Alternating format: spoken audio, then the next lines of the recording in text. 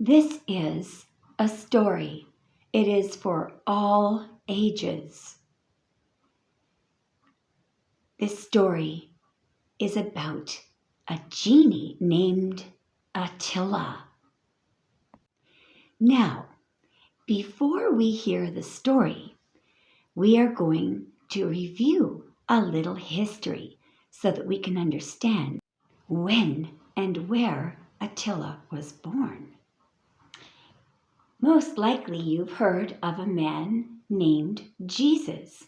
Sometimes we call him Jesus of Nazareth.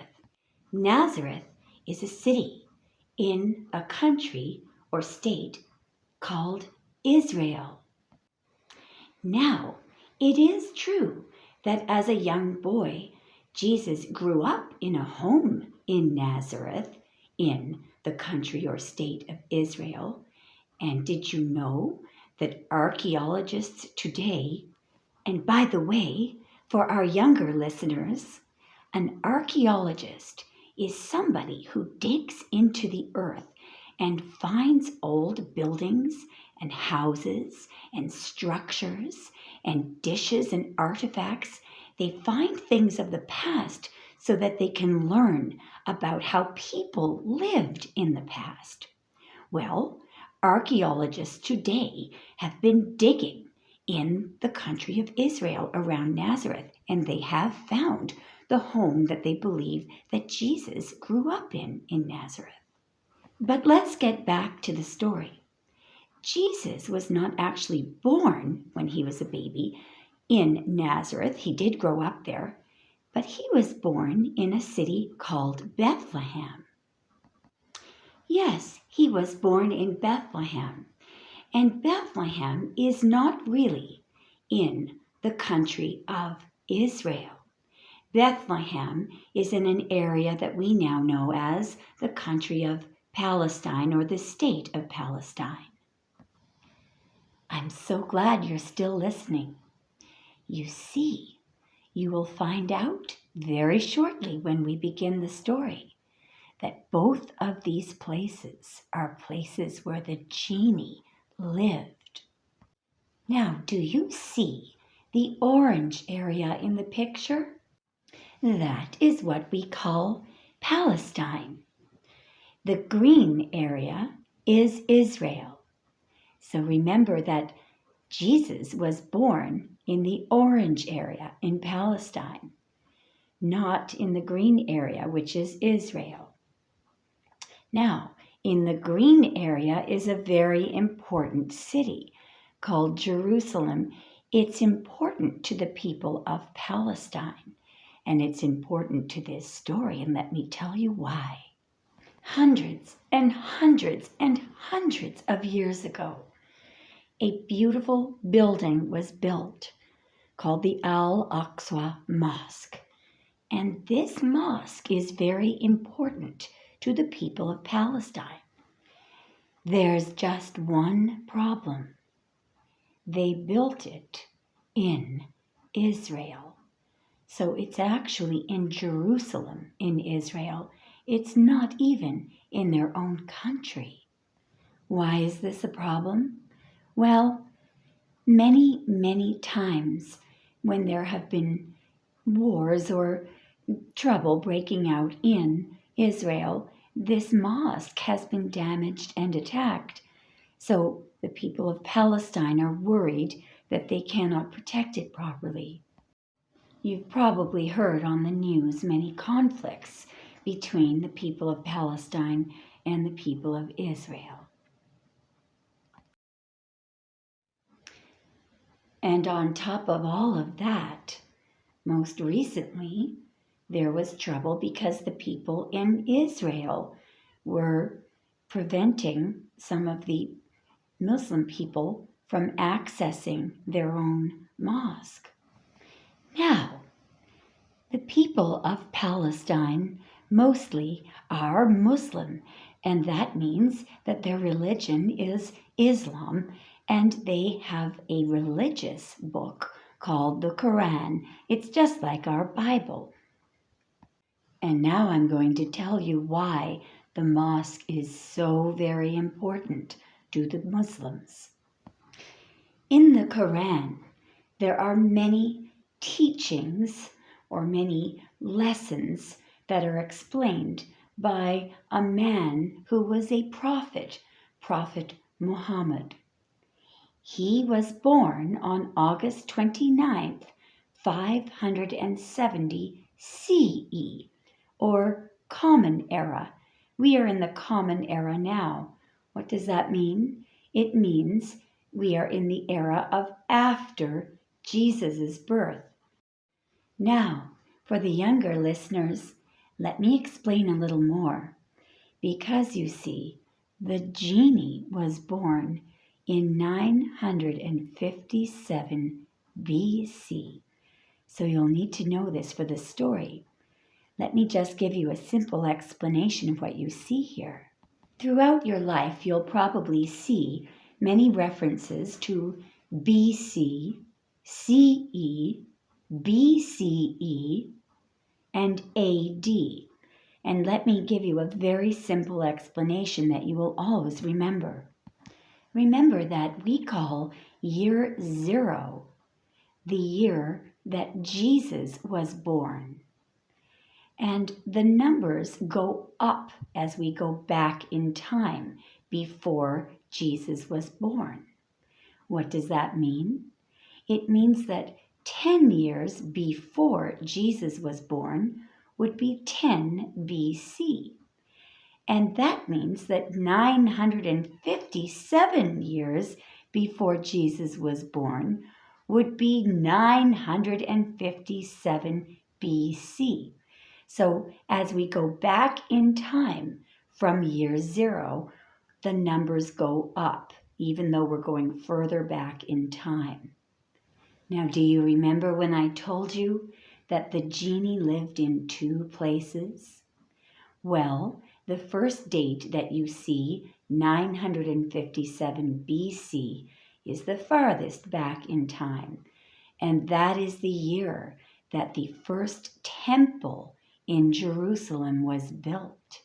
That is the first place where the genie resided. And you will hear about this when I begin the story. The next X is over the number 0, and that is the year that Jesus was born. The X after that is 33 CE. That was the year that Jesus died, sadly. He was only 33 years old.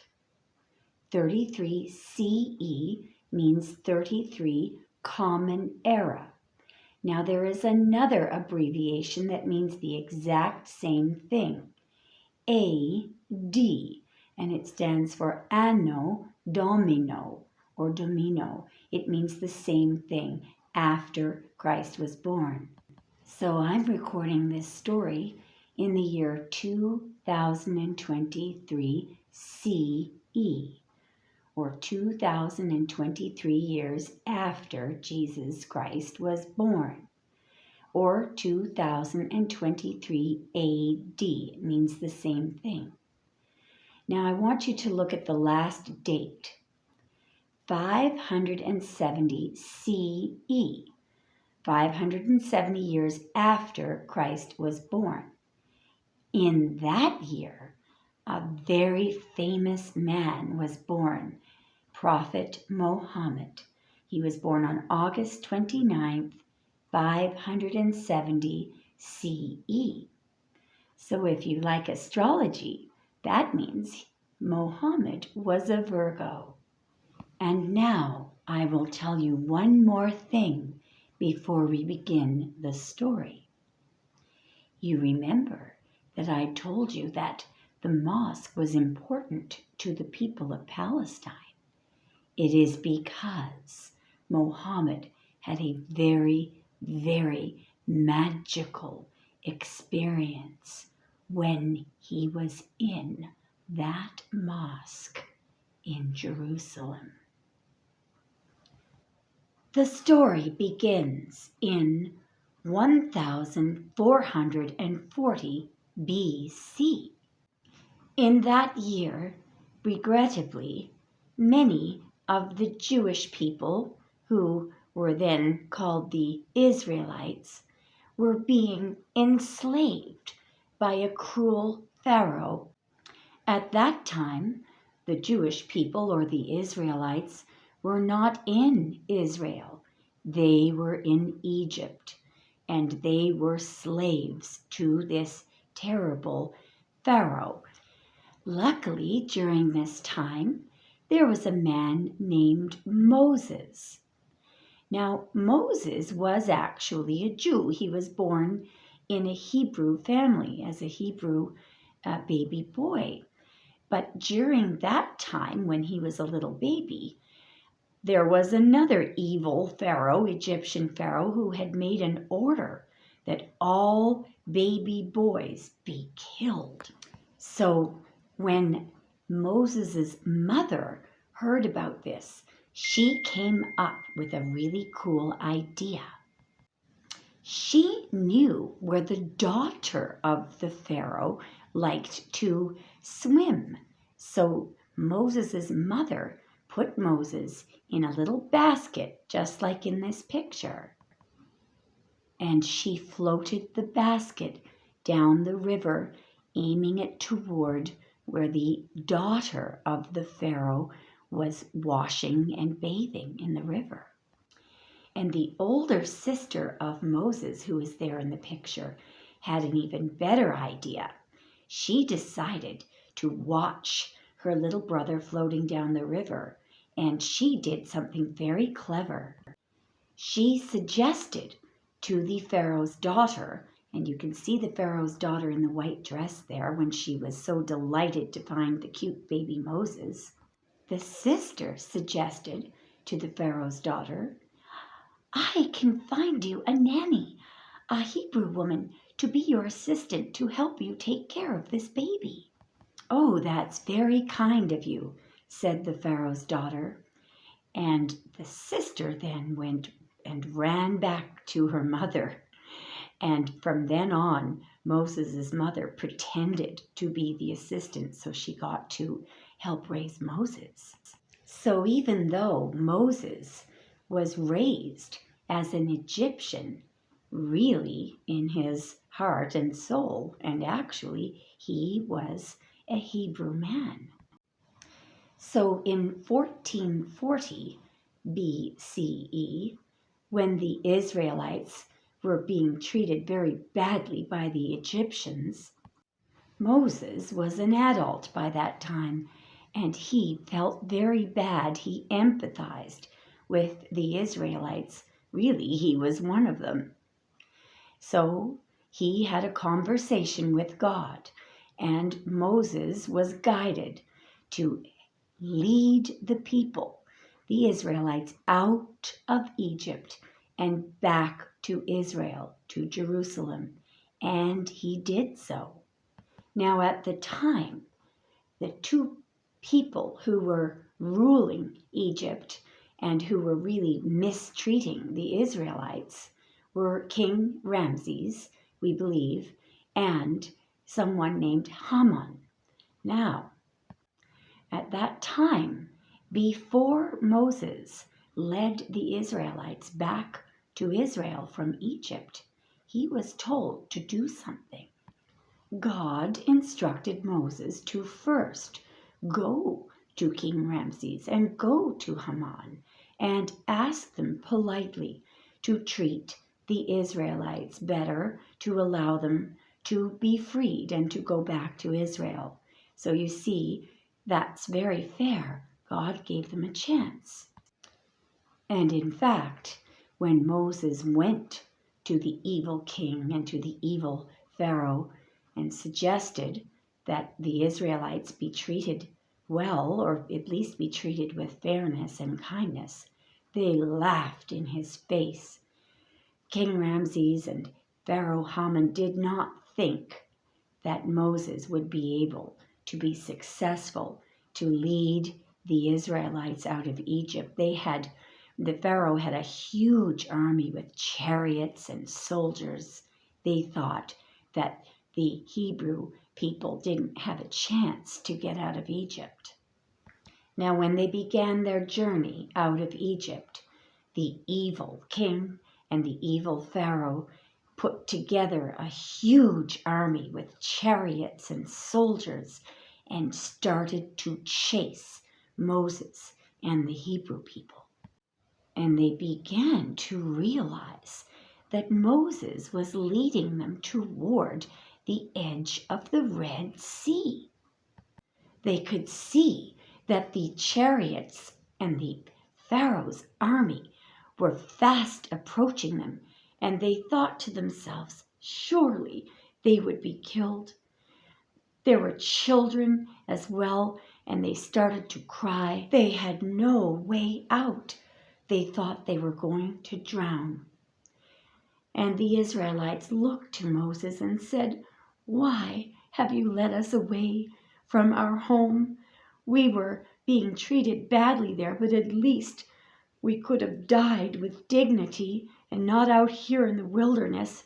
Now this bothered Moses a little bit because he knew that in order for miracles to occur, one must have faith.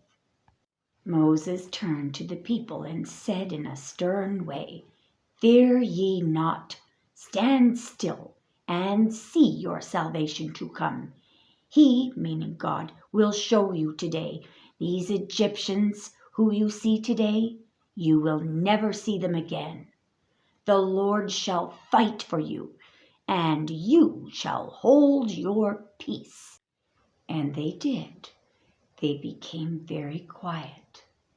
And slowly, all of a sudden, just like in this picture, the Red Sea parted so that the Israelites or the Hebrew people could walk through without drowning. Now, when the chariots came, the evil army, the Red Sea closed up. And it is said that Haman, the one who wouldn't agree to release the Israelites as he was drowning, he said that he did believe in God and he apologized to God. But of course it was too late. He had a chance to help the people and to be nice, and he did not. And so the Israelites safely made it back to Israel, and they settled in Jerusalem. Now, some years after Moses died, in fact, many years after Moses died, in Jerusalem there was a king. His name was Solomon, King Solomon. Here he is. King Solomon wanted to build the Jewish people a temple. The only problem is that there were many people in Jerusalem at the time who were fighting against the temple being built and who were causing Solomon a lot of trouble. Now, there is a religious text called the Testament of Solomon. And in that text, it tells us that Solomon was given a gift, a secret gift, by an archangel who knew that Solomon needed help building the temple. Now, some people think it was a ring, a seal, but others say, and this story says, that in fact it was a spirit that was given to King Solomon. This spirit was locked inside an oil lamp, and the archangel indeed did also give King Solomon a ring to put around a seal to make sure that when the spirit was not working on the temple for King Solomon, that the spirit wasn't up to no good. Because, you see, the spirit in this lamp was named Attila, and he liked to be busy all the time.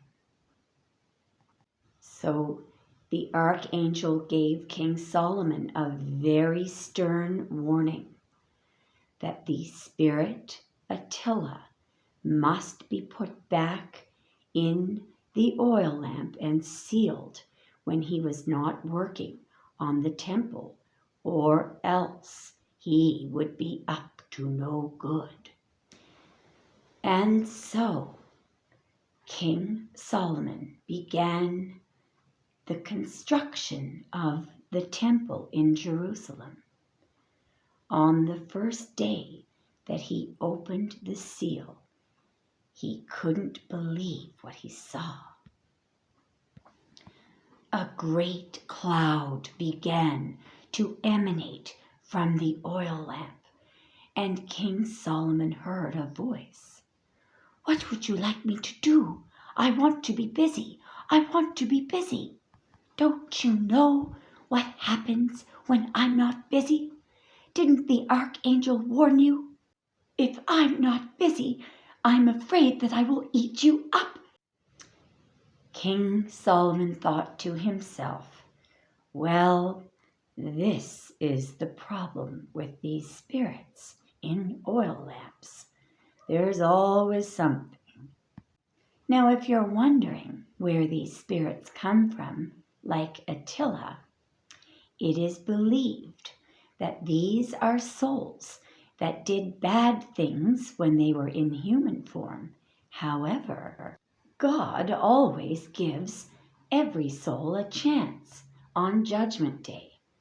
We can either go back and live another lifetime out and try to correct the error, or we can become a spirit and serve God in some way.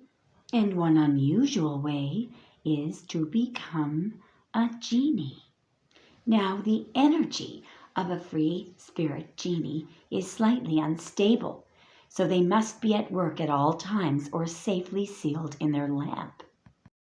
Otherwise, trouble ensues.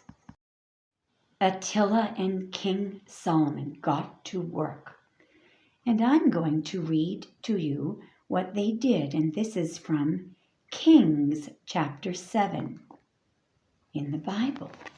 "And he set up the pillars in the porch of the temple, and he set up the right pillar, and called the name thereof Jachin, and he set up the left pillar, and called the name thereof Boaz. And upon the top of the pillars was lily work, so was the work of the pillars finished." King Solomon turned to Attila and said, "What shall I do with you now?" And Attila said, "Close the seal, put me back in, and hide me deep inside the temple. Call upon me only if you have work for me to do, or I will eat you up." And so King Solomon took the seal and the ring and summoned Attila to go back into the lamp. He watched as a great cloud of smoke condensed into a stream, pouring itself into the lamp. "Goodbye, Attila. Goodbye, goodbye. And remember, don't open the seal unless you have lots of work for me to do." And King Solomon then took the lamp and he hid it inside the temple. Now, this temple is known as the first temple in Jerusalem, and it stood there for the next 400 years. And Attila remained in his lamp, hidden in the temple, for all of those 400 years, until one day Attila was woken up out of his sleep when he felt a rumbling. "Oh dear," said Attila to himself, "what is happening?" Attila was safe inside his lamp, but he knew something unusual was about to happen. Attila somehow knew that he would soon be called upon to help. This is the end of chapter 1. In a few days, I will be posting chapter 2. In the meantime, have a look at this oil lamp. Archaeologists found this oil lamp, or genie in a bottle lamp, in the ground near the Wailing Wall, the site of the Second Temple. It was found just a few years ago in 2021. Sometime when you get a chance, you could look it up on the internet. You could type in Genie in a Bottle, Temple, Jerusalem, and you can read the article. But what I really want you to do is to look out for chapter 2 and join me then. Thank you for listening. Bye.